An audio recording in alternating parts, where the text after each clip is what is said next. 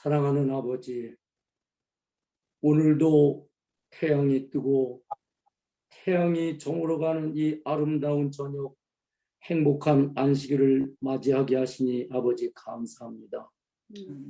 사랑하는 우리 힐탑 성도님들, 주님 앞에 모여 감사와 찬양과 기도로 경배드리오니 받아주시옵소서. 아버지, 이제 목사님을 통하여 아버지의 사랑의 복음을 듣겠사오니 목마른 사슴이 시냇물을 갈급하듯 한 말씀 한 말씀이 꿀송이처럼 달콤하게 하시어 이 어렵고 어지러운 세상 살아가는 길에 환한 등불이 되게 하여 주시옵소서. 이 시간 특별히 기도드립니다. 소련으로 인하여 우크라이나 침공을 하였사오니 우리의 형제 자매들이 너무나 어려운 가운데 있사오니 능력을 베풀어 주셔서 그들의 생명을 지켜주시옵소서. 아멘. 우리의 기관들, 병원, 교육기관, 연합본부, 수백 개 우리 교회, 학교, 목사님들, 교인들, 아버지 보호하여 주시옵소서. 아멘. 아버지의 말씀처럼 하나님의 백성들이 땅에 충만하게 하여 주시옵소서. 생명을 잃어 구원의 길을 놓치는 일이 없도록 아버지 지켜주시옵소서. 아멘. 이제 목사님을 통하여 이 시간 아버지의 말씀을 듣겠사오니 능력을 주시옵고 듣는 저희들에게도 큰 감동되어 저희 삶의 지침이 되게 하여 주시옵기를 예수 그리스도의 이름으로 간절히 기도드리옵나이다. 아멘.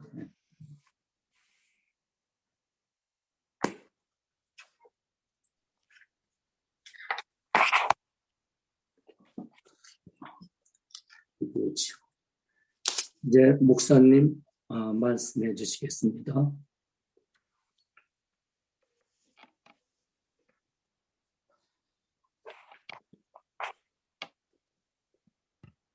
전쟁의 소문, 난리 때문에 참 여러분 많이 힘드셨죠? 우리 윤 장로님이 택하셨던 찬미 피난처 있으니 거기 보니까 이 찬미를 부르면서 아마 그 우크라이나에 있는 우리 교인들도 이 찬미를 지금 부르고 있지 않을까 생각을 했습니다. 예, 특별히 만유 주 하나 여호와 우리를 보시니 피난처요 세상의 난리를 그치게 하시니 세상에 창검이 쓸데없네. 진짜 이 소련의 미사일과 탱크가 다 쓸데없는 하나님이 개입하시게 되기를 간절히 기도하고 또 안전하게 지켜줄 것을 여러분 더 열심히 기도해 주시기 바랍니다. 제가 오늘 새벽에 그 기도 제목을 말씀드리고 기도를 드리고 난 다음에 저희 집사람하고 얘기하면서 우리나라도 안전하지가 않을 것 같다. 우크라이나를 보니까. 만약 한국에 대한민국에 전쟁이 일어나면 미국이 개입할 것인가? 지금 미국의 52%의 사람들이 개입은 하되 주도적으로 개입하진 말아야 된다. 26%의 사람들은 절대 개입하면 안 된다. 이렇게 얘기를 하고 있습니다. 이 바이든 대통령이 미국 여론을 생각하면서 적극적으로 우크라이나의 사태를 간섭하고 개입하지 못하는 그런 모습이다라고 생각합니다. 뭐 경제 제재를 아주 심하게 했다라고 얘기하지만 이 러시아가 우크라이나를 침략했던 그 날 바로 중국하고 천연가스를 엄청나게 수출할 것을 계약을 했어요. 베이징 올림픽 때 이 푸틴 대통령하고 이 중국의 누굽니까? 시진핑하고 나란히 앉아가지고 아마 이 전쟁에 대한 얘기를 하지 않았을까 생각을 이 사람들은 합니다. 어쨌든 자국의 이익을 위해서 전쟁도 불사하는 그런 엄청난 일이 일어나고 말았습니다.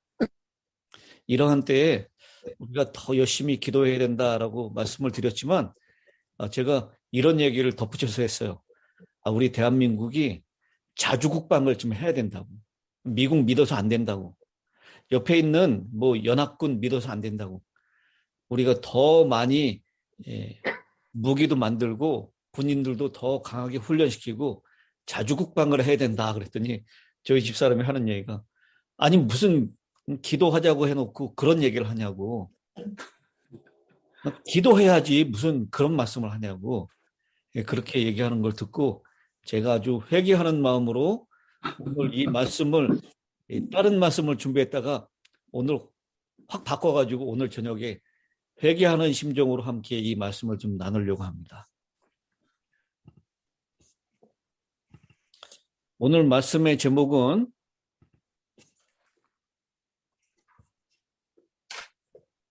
이 제목입니다.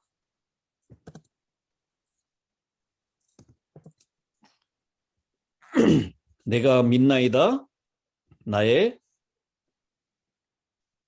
뭐라고요? 나의 믿음 내가 믿나이다 나의 믿음 없음을 도와주소서. 이 말씀의 본문은 여러분 잘 아시는 마가복음 9장 14절로 29절에 있는 내용입니다. 이 본문은 제가 자세히 읽지 않고요. 이 스토리를 잠깐 말씀을 드리겠습니다. 예수님께서 변형산에 예수님의 제자 3명과 함께 올라가십니다. 우리가 잘 아는 예수님의 제자 이너서클이라고 얘기하죠. 베드로와 요한과 야고보. 그 산에 올라갔을 때 남겨진 9명의 사람들은 평지에 있었습니다. 그리고 그 산에서 예수님께서 변형되시고 그리고 부활한 사람의 대표로 누구죠? 모세스, 엘리야. 그 다음에 승천한 사람의 대표로 엘리야. 이 두 사람과 함께 나타나셔서 예수님의 왕권을 분명하게 보여주시는 사건이 있었습니다. 그리고 이튿날 평지에 내려왔을 때 일어난 사건입니다. 평지에 내려왔더니 9명의 제자들이 서기관들과 심하게 논쟁을 하고 있는데 모습을 보니까 서기관들에게 밀리고 있었습니다. 이 서기관들이 뭐라고 사람들을 선동하고 있었냐면 지금까지 예수님과 예수님의 제자들이 보여줬던 것은 전부 다 사기다라고 하는 것입니다. 속임수다. 이거 봐라. 눈앞에 있는 귀신 하나도 쫓아내지 못하는 이 예수의 제자들. 그 예수도 강력한 귀신이 오면 감당하지 못한다. 그동안 약한 귀신들을 좀 쫓아냈을 뿐이지 더 강한 귀신이 오면 그들을 감당해내지 못할 것이다. 그러면서 이들은 가짜고 사기꾼이다 라고 그렇게 몰아세우고 있었습니다. 그러고 있을 때 예수님께서 저기서 3명의 제자와 함께 내려오는 장면을 보면서 사람들이 놀랬다라고 했어요. 왜 놀랬을까요? 왜 놀랬냐면 예수님의 모습 그리고 3명의 제자들의 모습이 영 달랐기 때문입니다. 하나님의 영광을 보고 완전히 변화된 모습으로 내려온 것입니다. 그래서 그 떠들썩한 분위기 가운데에서 이 소년의 아버지가 예수님께 간청을 합니다.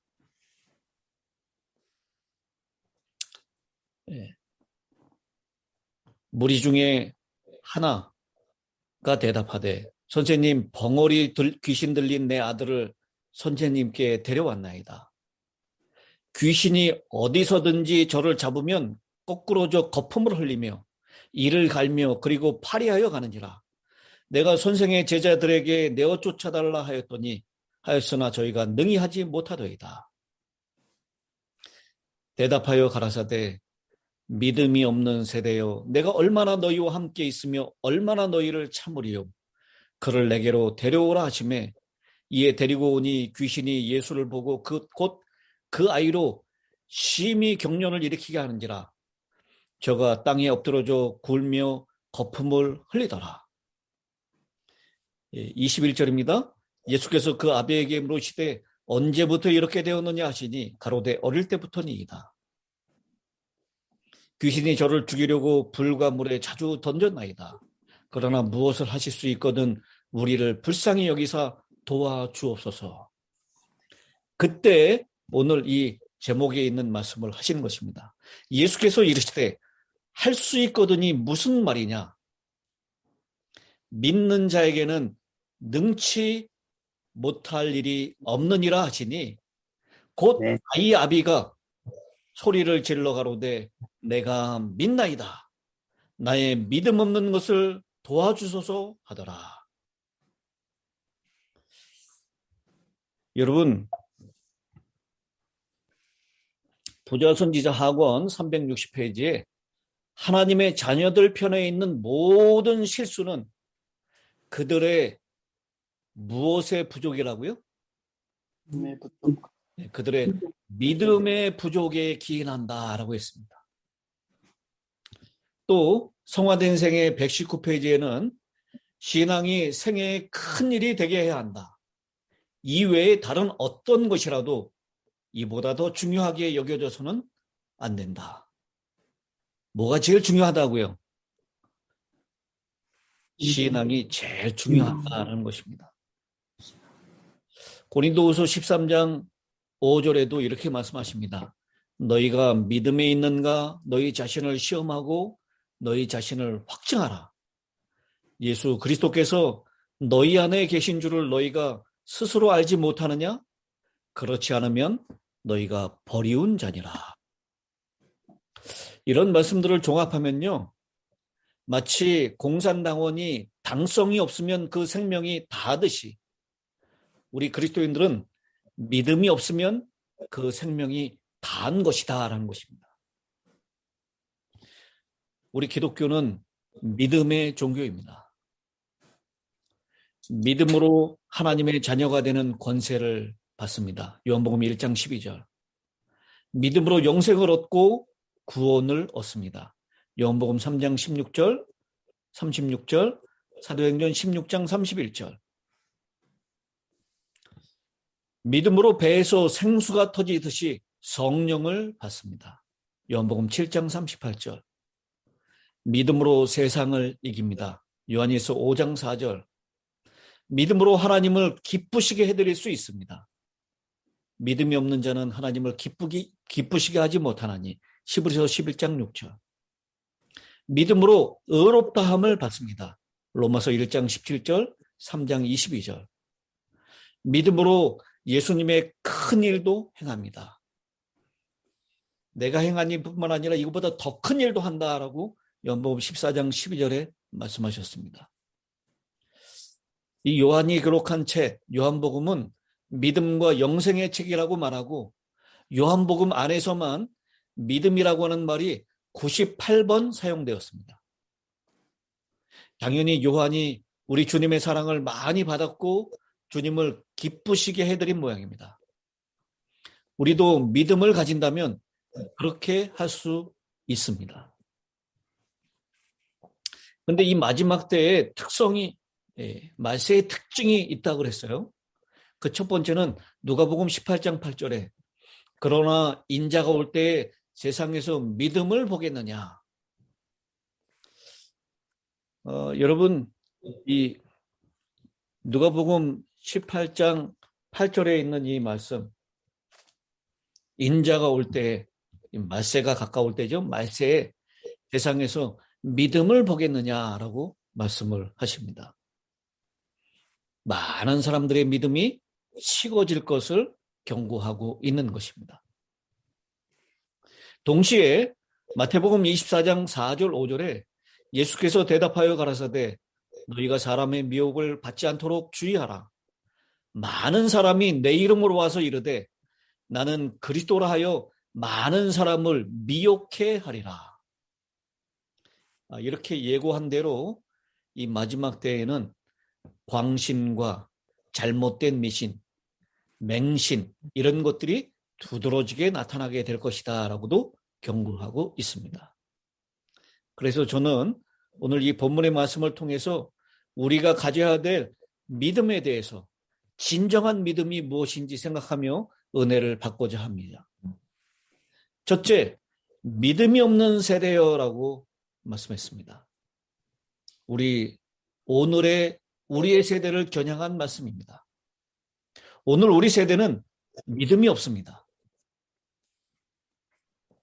이 믿음이라고 하는 것은 사도 바울이 말한 에베소 4장 13절에 우리가 다 하나님의 아들을 믿는 것과 아는 일에 하나가 되어 온전한 사람을 이루어 그리스도의 장성한 분량이 충만한 데까지 이르리니라고 했습니다. 여기 믿는 것과 아는 일에 하나가 되는 것, 그것이 바로 참 믿음이다라는 것입니다. 그러나 믿는 것과 아는 일이 하나가 된 믿음을 우리가 참 보기가 힘들다라는 것이죠. 아는 것이 없는 믿음 많습니다. 그것을 우리가 미신이라고 얘기합니다. 또 믿는다고는 하지만 그 믿는다는 것이 그냥 알기만 하는 것에 그치는 것도 있습니다. 이것을 우리가 철학이라고 얘기합니다. 그러므로 우리 주님이 믿음이 없는 세대요라고 했을 때 바로 오늘날에 있는 사람들이 알고 믿는 것, 이것이 조화를 이루면서 하나가 되는 일에 그런 참 믿음을 가지지 못하고 있다라고 하는 것입니다. 마태복음 7장 22절 23절에 그날에 많은 사람이 나더러 이르되 주여 주여 우리가 주의 이름으로 선지자 노릇하며 주의 이름으로 귀신을 쫓아내며 주의 이름으로 많은 권능을 행치 아니하였나이까. 이렇게 얘기하는 사람들이 전부 다 믿음을 얘기합니다. 믿습니다. 믿음을 강조합니다. 그러나 그때 내가 저희에게 밝히 말하되 내가 너희를 도무지 알지 못하니 불법을 행하는 자들아 내게서 떠나가라 하리라. 사랑하는 성도 여러분, 여기서 꼭 한 가지만이라도 기억해 주시기를 부탁드립니다. 기독교의 믿음이라고 하는 것은 바로 어떤 기적이나 어떤 사건을 믿는 것이 아니라 우리 주님을 믿는 것입니다.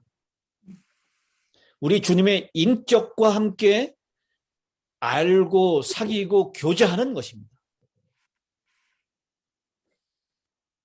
그래서 주님과 정말 친밀한 관계가 되는 것, 그것이 바로 이 기독교에서 요구하고 있는 믿음인 것입니다. 두 번째, 이 본문에서 기도 외에 다른 곳으로는 이런 유가 나갈 수 없느니라 라고 했습니다. 기도 외에 다른 것으로는. 그러므로 믿음을 갖고 그 믿음이 점점 증가하고 믿음이 확대되고 믿음이 굳세지는 것, 그것은 기도와 따로 떼어놓고 생각할 수가 없습니다. 믿음과 기도는 친구이며 쌍둥이며 형제입니다. 그래서 성경에서 기도 생활을 많이 강조했습니다. 예수님께서도 이 성전을 가리켜 만민의 무엇하는 집이라고 말씀하시죠? 기도하는 집. 네, 만민의 기도하는 집이라고 했어요. 만민의 말씀 연구하는 집, 이렇게 말씀 안 하셨습니다. 만민의 찬송하는 집, 만민의 예배하는 집, 이렇게 말씀하지 않으셨어요. 물론 그런 것들이 다 포함되는 의미겠지만 딱 집어서 예수님께서는 이 하나님의 집을 만민의 기도하는 집이다라고 말씀하셨습니다. 물론 로마서 10장 17절에 그러므로 믿음은 들음에서 나며 들음은 그리스도의 말씀으로 말미암느니라 라고 하신 말씀처럼 분명히 이 믿음과 말씀은 참 관계가 되어 있습니다. 그렇지만 더욱더 큰 분량의 믿음은 기도로 얻을 수 있다는 것입니다. 이 사복음서에서 예수님의 행적 가운데 주요한 특징을 들라고 하면 그분은 바로 기도하시는 생활을 우리에게 보여주셨습니다. 그렇기 때문에 아무리 오래된 신자라 할지라도 기도학교의 졸업생은 없는 것입니다. 우리는 끊임없이 기도하는 사람으로, 기도하는 자로 하나님 앞에 서야 합니다. 여러분 기억하십시오. 기도에 인색하면 모든 것에 궁색해집니다. 우리 한번 따라서 읽겠습니다. 기도에 인색하면 기도에 인색하면 모든 것에 궁색해진다. 모든 인색해집니다. 특별히 이 기도의 오묘한 비밀한 맛을 본 사람은 우리 주님의 말씀에 진정한 의미를 얼른 알 수 있을 것입니다. 기도 외에 다른 것으로는 이런 유가 나갈 수 없느니라. 이 시인 데니슨이라고 하는 시인도 이 세계가 꿈꾸는 것보다 더 많은 일들이 기도에 의해서 이루어진다라고 했습니다. 아멘. 그런데 여러분 기억할 것은 기도는 무엇을 증거하기 위한 것이 아니라 실행해야 한다라는 것입니다. 기도는 하면 됩니다. 무릎을 꿇으면 됩니다. 기도를 그냥 시작하면 되는 것입니다. 기도하기에 부족당한 장소나 시간은 없습니다. 그래서 우리가 믿음을 더 굳세게 하고 믿음을 더 확장시킬 수 있는 단 한 가지의 방법이 있다면 그 한 가지를 꼽으라면 바로 기도하는 것입니다. 기도합시다라는 말보다 더 아름다운 말이 또 어디에 있겠습니까? 기도하면 하나님이 우리와 만나주시고 하나님의 능력을 체험케 하시고 하나님의 능력으로 불가능이 가능해지고 하나님과 동행하게 되고 믿음이 든든해집니다. 아멘. 믿음으로 기도하면 기적이 일어나고 닫혔던 문이 열리고 막혔던 담이 헐리고 귀신이 쫓겨가고 죽었던 자가 살아나고 잃어버린 영혼이 돌아옵니다. 아멘. 기도하는 중에 하나님의 음성이 들리고 하나님을 만나고 하나님과 동행하며 하나님의 뜻이 나의 원이 됩니다. 이런 놀라운 기적을 우리가 기도 외에는 이런 유가 나갈 수 없느니라라고 하는 주님의 말씀 가운데서 우리가 분명히 확인해 볼 수가 있는 것입니다. 재림교 주서 마가복음 9장 29절에 기도 외라고 하는 것을 이렇게 해석해 놓고 있습니다. 그리스도는 여기서 귀신을 쫓아 내어 쫓기 위해 드려지는 기도를 말한 것이 아니다. 순간적인 기도가 아니라 기도에 의하여 영이 되는 생활이 그의 관심사였다. 그리스도와 베드로와 요한과 야고보가 함께 없는 동안에 9명의 제자는 새 제자에게 나타낸 호의 때문에 시기하는 마음이 생겨 실망과 사사로운 불만에 잠겨 있었다. 그들의 정신과 마음의 상태가 하나님이 그들을 통해 일하실 수 없게 만들었다. 여러분, 전에 하나님께서 귀신을 쫓아내는 능력을 제자들에게 주셨습니까? 예, 그랬습니다. 그래서 갈릴리 3차 전도 여행 때 제자들이 나가서 귀신을 쫓아내고 돌아와가지고 그것을 보고하는 장면을 우리가 성경에서 확인해 볼 수 있습니다. 그때 분명히 귀신을 쫓아냈는데 이제는 그 능력이 사라져버린 것입니다. 그것은 바로 그들의 정신과 마음의 상태가 문제였습니다. 시기하는 마음, 실망과 사사로운 분만이 잠겨 있었기 때문에 그들은 그 능력을 발휘할 수가 없었던 것입니다. 기도하는 것은 어떤 한순간에 어떤 일을 이루기 위해서 하는 기도가 아니라 기도에 의하여 영이 되는 생활을 주님께서는 말씀하고 있는 것입니다. 기도하는 사람은 자신의 능력을 내려놓고 자신의 무능함을 인정하고 이 상황의 불가능함을 하나님께 내려놓고 하나님의 능력을 체험하는 것이고 받아들이는 것이고 하나님의 의로움을 간구하는 것이고 하나님의 뜻을 자신의 원으로 그렇게 소원하는 상태가 되는 것. 그것이 바로 기도 외에는 이런 유가 나갈 수 없느니라 라고 말씀하신 예수님의 진정한 의미인 것입니다. 혹 우리가 기도 생활을 통하여 믿음이 증가될 때 경계해야 할 것이 있습니다. 믿음에는 신앙과 신념이 있다는 것입니다. 이 두 사이를 두 눈을 크게 뜨고 경계해야 합니다. 특별히 기도를 열심히 한 사람들이 이 자기 신념과 신앙을 구별하지 못하는 경우가 참 많습니다. 기도원에 20일 금식 기도를 하고 난 다음에 이 전도사님이 어찌나 마음이 기쁘고 가벼운지 몰랐습니다. 그럼 문득 물을 보니 물 위를 걸을 수 있을 것 같은 생각이 들었습니다. 그래서 물 위로 뛰어들었습니다. 어떻게 됐을까요? 빠지죠. 네, 풍덩하고 빠지고 말았습니다. 가까스로 이웃 사람들이 도와줘서 그는 구조되었지만 그 후로 그는 참된 믿음이 무엇인가를 배우는 아주 좋은 기회였다고 합니다. 나도 물 위로 걸어갈 수 있을 줄로 믿습니다 하고 조금도 마음속으로 의심하지 않았는데도 물속에 빠지고 말았습니다. 그렇지만 이것은 인간의 믿음입니다. 성경이 말하는 하나님의 믿음이 아닙니다. 하나님의 말씀에 기초한 믿음, 그것이 바로 오늘 우리에게 필요한 믿음입니다. 베드로가 물 위를 걸은 것은 주님께서 베드로에게 명령하셨기 때문에 가능한 것입니다. 자기 확신에 기초한 할 수 있다, 혹은 하면 된다, 안 되면 되게 하라라고 하는 것은 신념입니다.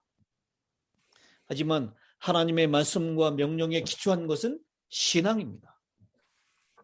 오늘날 교회 안에 신념이 신앙으로 둔갑하여 버젓이 믿음 노릇하는 경우가 얼마나 많은지 모릅니다. 믿음이라고 하는 이름으로 정말 말도 안 되는 자기 신념에 빠져서 하나님의 말씀과는 너무나 거리가 먼 일들을 시도하고 그렇게 될 것을 소원하는 사람들이 얼마나 많은지 모릅니다. 주님께서 단식했듯이 내가 세상에서 이 마지막 때 믿음을 보겠느냐라고 하셨던 말씀. 믿음이 없는 세대여 내가 얼마나 너희와 함께 있으며 얼마나 너희를 참으리요. 이런 거짓 믿음, 자기 신념, 이것을 오늘날 우리 성도들에게 경고하고 있는 것이라고 생각합니다.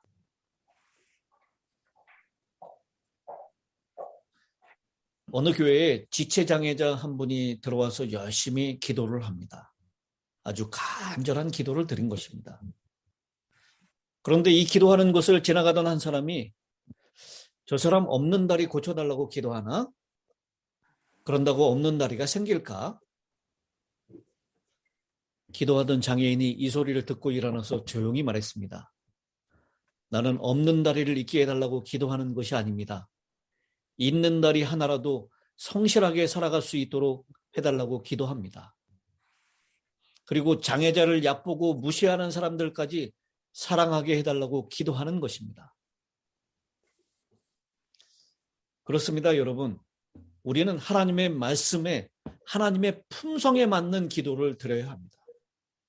그래서 가장 하나님께서 기뻐하시는 기도, 가장 멋들어진 기도는 나의 원대로 하지 마옵시고 아버지의 뜻대로 하옵소서. 아멘.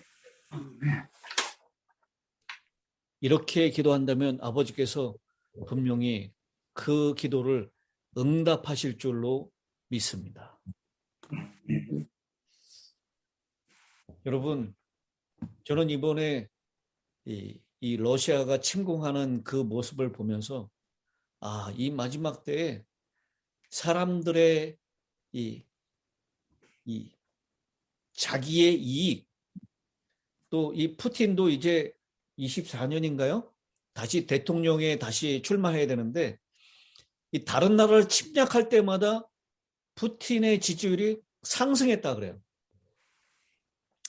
지난번 크림반도를 점령했을 때도 이 크림반도도 여러분 우크라이나 땅이었죠. 그 땅을 점령했을 때도 푸틴의 지지율이 60%에서 80%로 올라갔다 그래요.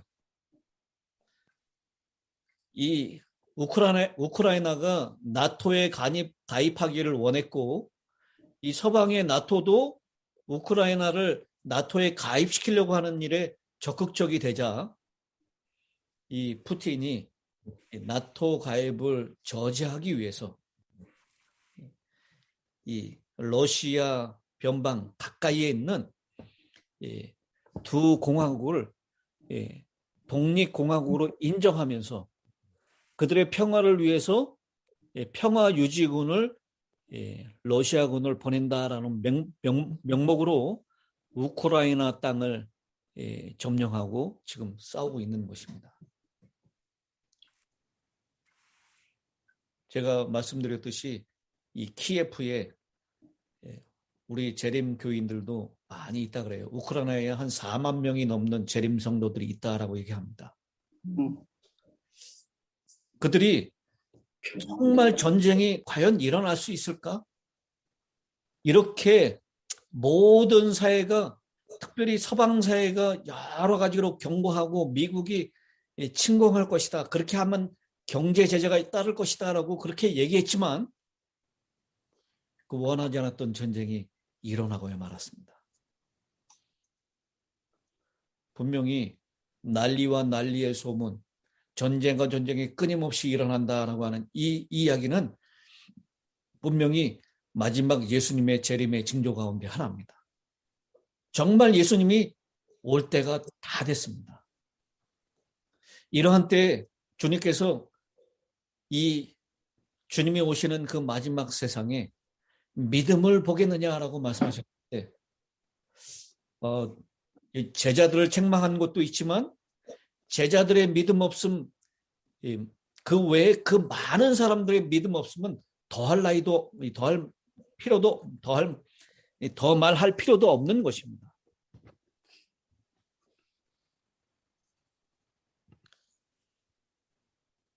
여러분, 저는 이 사태를 지켜보면서 이 마지막 때 우리의 믿음, 아니 나의 믿음은 어떤 믿음인가 다시 한번 자기 자신을 깊이 살펴봐야 된다라고 생각을 했습니다. 나의 믿음은 과연 어떤 믿음일까? 그저 20, 30년, 40, 50년 아니면 67년 계속 해왔던 그저 아무 감흥도 없고 아무 의미도 없이 계속해서 그냥 반복적으로 하나님의 말씀을 읽고 하나님께 아무 느낌 없이 그냥 눈 감고 기도하는 그런 믿음일까? 아니면 하나님의 말씀을 의지하면서 담대하게 하나님의 뜻이 이 땅에서 이루어질 것을 그렇게 믿음으로 간구할 수 있는 그런 도전적이고 담대한 믿음일까?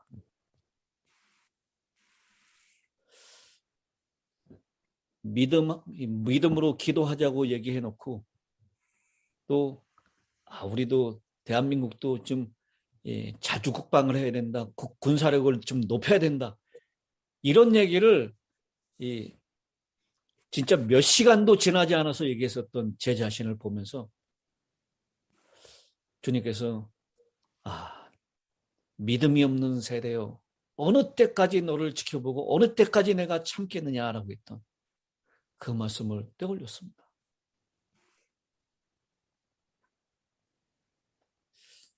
그러면서 하나님 개입하시면 분명히 이 우크라이나에 있는 죄 없는 시민들, 특별히 이 진리를 사랑하는 재림 성도들을 주님 지켜주십시오. 러시아의 그 창검이 다 허위로 돌아가도록 주님 막아주시고, 아니면 그 푸틴을 쓰러뜨려 주십시오. 이렇게 담대하게 믿음으로 기도드릴 수는 없었을까? 오늘 이 저녁에 우리 다시 한번 우리 자신의 믿음을 되돌아보면서 기도 외에는 이런 유가 나갈 수 없느니라 말씀하셨던 주님의 음성을 다시 한번 꼭 기억하시게 되기를 간절히 바랍니다. 아멘. 평소에 주님을 의지하고 평소에 주님과 친밀하게 교제하고 주님의 음성을 듣고 주님의 능력을 체험한 사람, 그래서 불가능을 가능케 하시는, 막힌 담을 헐어버리시고 없는 길을 내시는 그 하나님을 믿는 믿음으로 우리도 담대하게 주님께 기도하는 믿음의 용사들로 설 수 있게 되기를 간절히 바라면서 오늘 말씀을 마치겠습니다. 아멘. 하겠습니다. 하늘에 계시는 자비로우신 아버지 하나님, 우리 마음 가운데 여전히 누구를 시기하고 여전히 불만의 정신이 차 있는 것은 아닙니까? 기도한다고 하면서, 주님을 믿는다고 하면서, 이웃을 사랑한다고 하면서 내 마음 깊은 곳에서는 아직도 해결되지 못한 그런 불만과 또 불평의 정신이 가득한 것은 아닙니까? 주님, 오늘 이 9명의 제자들이 귀신 들린 그 소년을 데려왔던 많은 사람 앞에서 속절없이 아무 능력도 발휘하지 못하는 그런 믿음 없는 모습을 보였던 모습이 바로 저의 모습인 것을 고백합니다. 능력이 없습니다. 정말 기도해야 할 때, 담대하게 믿음으로 간구해야 될 때 인간적인 방법을 찾고 인간적인 그런 태도를 또 보였습니다. 주님, 저희를 불쌍히 여겨 주시옵소서. 아멘. 주여, 믿음 없는 것을 도와주옵소서. 아멘. 그래서 이제는 담대하게 하나님의 말씀에 의지하여 인간의 상황과 인간의 여건으로 불가능해 보이는 것도 하나님의 뜻이거든 이루어질 수 있다라고 하는 믿음으로 주님께 그렇게 기도하고 간구할 수 있는 담대한 믿음, 굳센 믿음을 저희들에게 허락하여 주시옵소서. 아멘. 오늘 이 시간 우리가 정말 간절한 심령으로 기도합니다.